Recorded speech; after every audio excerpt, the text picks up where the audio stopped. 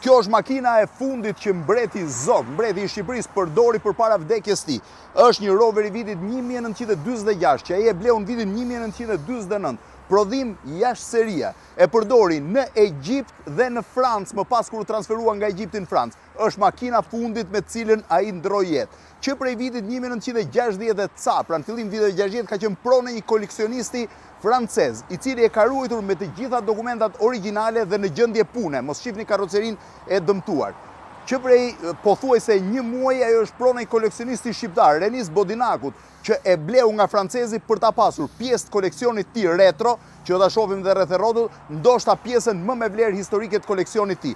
Është në gjendje pune, thash po të shihni motorri i punon, është një prodhim jashtë serie dhe fenerët janë me shenjat e tyre, janë edhe me pjesën pra disqeve të makinës siç i ka, ndërkohë që makina ka bërë 3050 kilometra. Shiheni, është version britanik, pra me timonin në anën e djathtë, është makina e fundit që përdori mbreti i shqiptarëve përpara sa të ndronte jetë.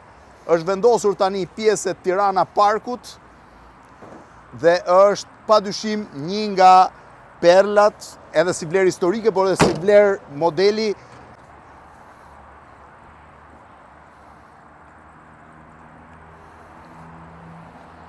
Renis, e 1946 është? 1946, po. E bleve te një koleksionist francez? Po, korrekt. Prej sa vitesh e kishte ai? Ai kishte nga vitet 60 mbrapa, fjalë kishe për. Po si vlerë modeli, çfarë vlerë ka?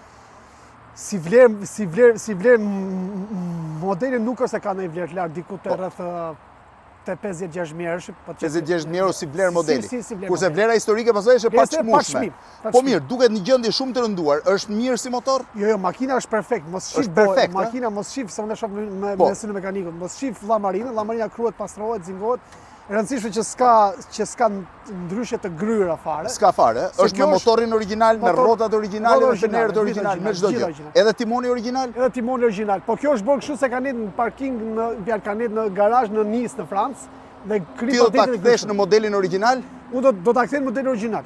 Sa kohë të merr ty që ta bësh origjinale?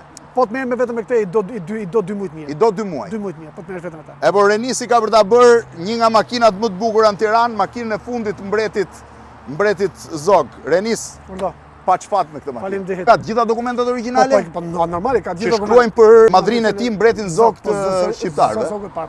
Dokumentat franceze. Dokumentat franceze origjinale. Ke edhe foto të Zogut me këtë makinë? Kam edhe foto të Zogut me mbretin Faruk të Egjiptit. Në Egjipt. Zogu dhe Faruku mbi këtë makinë. Do ma kalosh dhe mua një kopje. Sigurisht. Faleminderit. Faleminderit. Faleminderit ty që po bën historinë e Shqipërisë me këtë makinë dhe po rull historinë e Shqipërisë me këtë makinë. Në fakt që jam më mirë që po bëjmë që po mbetet. Faleminderit.